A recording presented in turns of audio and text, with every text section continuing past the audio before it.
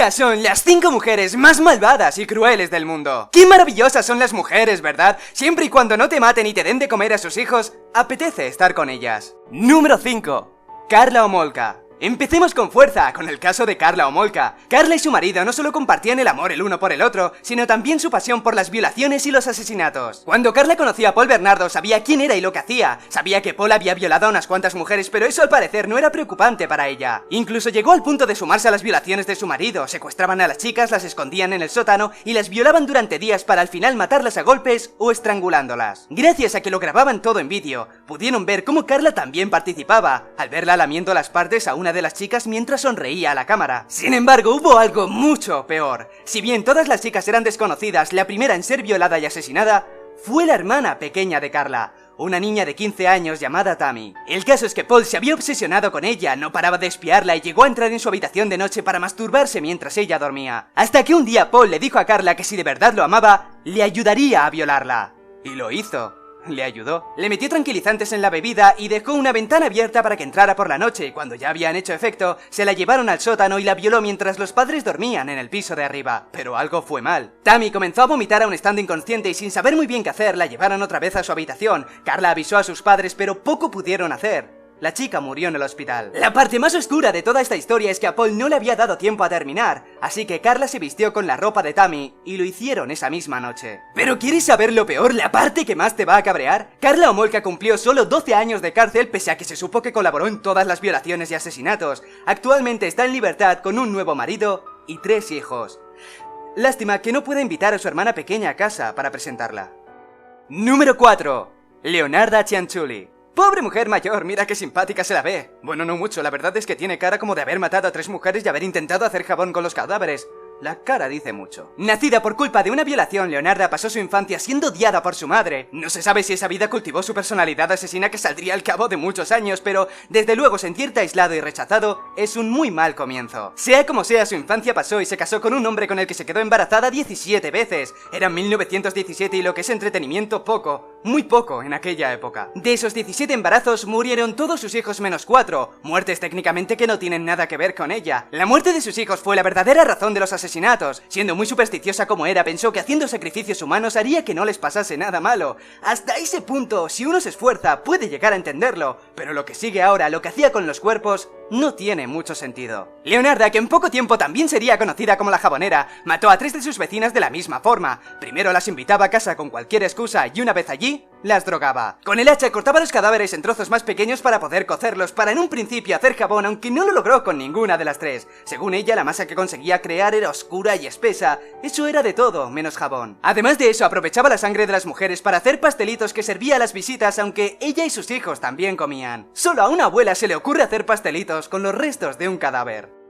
Número 3. Mary Ann Cotton. Mary Ann es una de las mujeres más famosas de esta lista. Asesinó en total a 21 personas utilizando siempre el mismo sencillo método: arsénico mezclado en la comida para envenenarlos. Sencillo porque el arsénico es famoso por no tener sabor y su olor es parecido al del ajo. Eso hace imposible saber si te están envenenando. Era un proceso relativamente lento y como los síntomas de vómitos, náuseas y dolores no llamaban la atención, pudo hacer lo que quería. El caso es que de esas 21 personas que mató, 4 eran sus maridos, 11 eran sus hijos y 2 de ellos amantes. Acercarse a Mary Ann te aseguraba la muerte. Hijos o maridos, todos terminaban muriendo de la misma manera. Dada la época, el envenenamiento con arsénico se veía como una muerte natural, o por lo menos no se veía como un asesinato. Quiero decir, estamos hablando de 1873. En aquella época llegar a los 20 era épico. Se moría con mucha facilidad. Todos estos asesinatos tenían como finalidad cobrar los seguros de vida y ser la única en poder disfrutar del dinero, pero que la gente que te rodea muera siempre de la misma forma es muy sospechoso. Si no, que se lo digan a L. Si Kira se hubiese dejado de tonterías con querer ser un dios y hubiese variado en la forma de matar, aún estaría con vida. Con Mary Ann pasó algo similar. Todos los cobros iban para ella y todos morían igual con los mismos síntomas. No hacía falta ver más. Eso sí, tardaron lo suyo. Desde que mató a su primer marido, pasaron 20 años antes de ser detenida y ejecutada en la horca. Número 2. Irma Gress e Ilse Koch. Irma e Ilse fueron las mujeres más odiadas en los campos de concentración nazi. Ilse Koch no es famosa por su crueldad, no al menos en el grado que lo fue Irma. Ilse no tenía ningún cargo, era la mujer de un coronel encargado del campo de concentración Buchenwald. Siendo su mujer podía hacer prácticamente lo que quería con los prisioneros, y desde luego lo hizo. Se divertía torturando y matando por puro placer. Pero llegó a ser más conocida por fabricar distintos objetos hechos de piel humana, de piel de los prisioneros asesinados. Al final Ilse fue condenada a cadena perpetua y antes de ahorcarse en la celda a los 60 años, escribió una carta subrayando que no se arrepentía de nada. Irma era mucho más radical y daba muchísimo más miedo, y eso que cuando empezó a ganar fama apenas tenía 20 años. Solo mirando su cara ya se puede intuir todo el odio y rabia que tenía encima las 24 horas, odio que no se molestaba en reprimir. Asesinaba sin dudar lo más mínimo, torturaba a los niños, daba palizas y los agredía sexualmente. Cada día durante 3 años disfrutó cada latigazo como si fuera su única razón de vivir. Tan cruel fue que no dudaron tampoco cuando pusieron su condena una vez cerraron el campo de concentración. 2 meses después de haber cumplido 22 años, la ahorcaron. Número 1. Catherine Knight. Catherine se diferencia de las demás por ser la única que ha cometido un solo asesinato, pero de una forma tan rebuscada e impensable que parece sacada de una película. Catherine era una mujer con problemas psicológicos, tenía un desorden de la personalidad por culpa de su infancia. Cuando le dices a tu madre que en casa te están acosando sexualmente y su mejor consejo se limita a decirte que te dejes hacer, no puedes esperar mucho de esta vida. Luego es prácticamente normal que intentase estrangular a su marido David en la noche de bodas por no cumplir en la cama, o despertarse el hombre una mañana viendo a Catherine con un cuchillo encima de él, diciendo entre risas que sería muy fácil para ella matarlo si algún día la engañaba con otra mujer. Su vida fue un fracaso, la marcaron para siempre y no se recuperó nunca. Tras separarse de varios hombres y tener 3 hijos, terminó con John Price, un hombre que sabía que Catherine no estaba bien de la cabeza pero que aún así decidió estar con ella.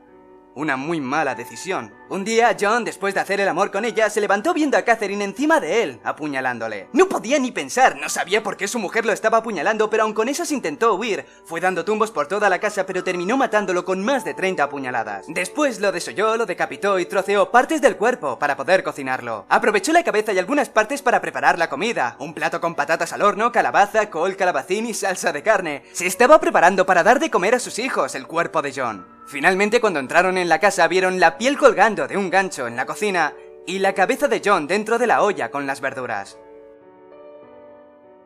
Y nada más, familia, suscríbete, dale like si te ha gustado, un besazo y hasta pronto.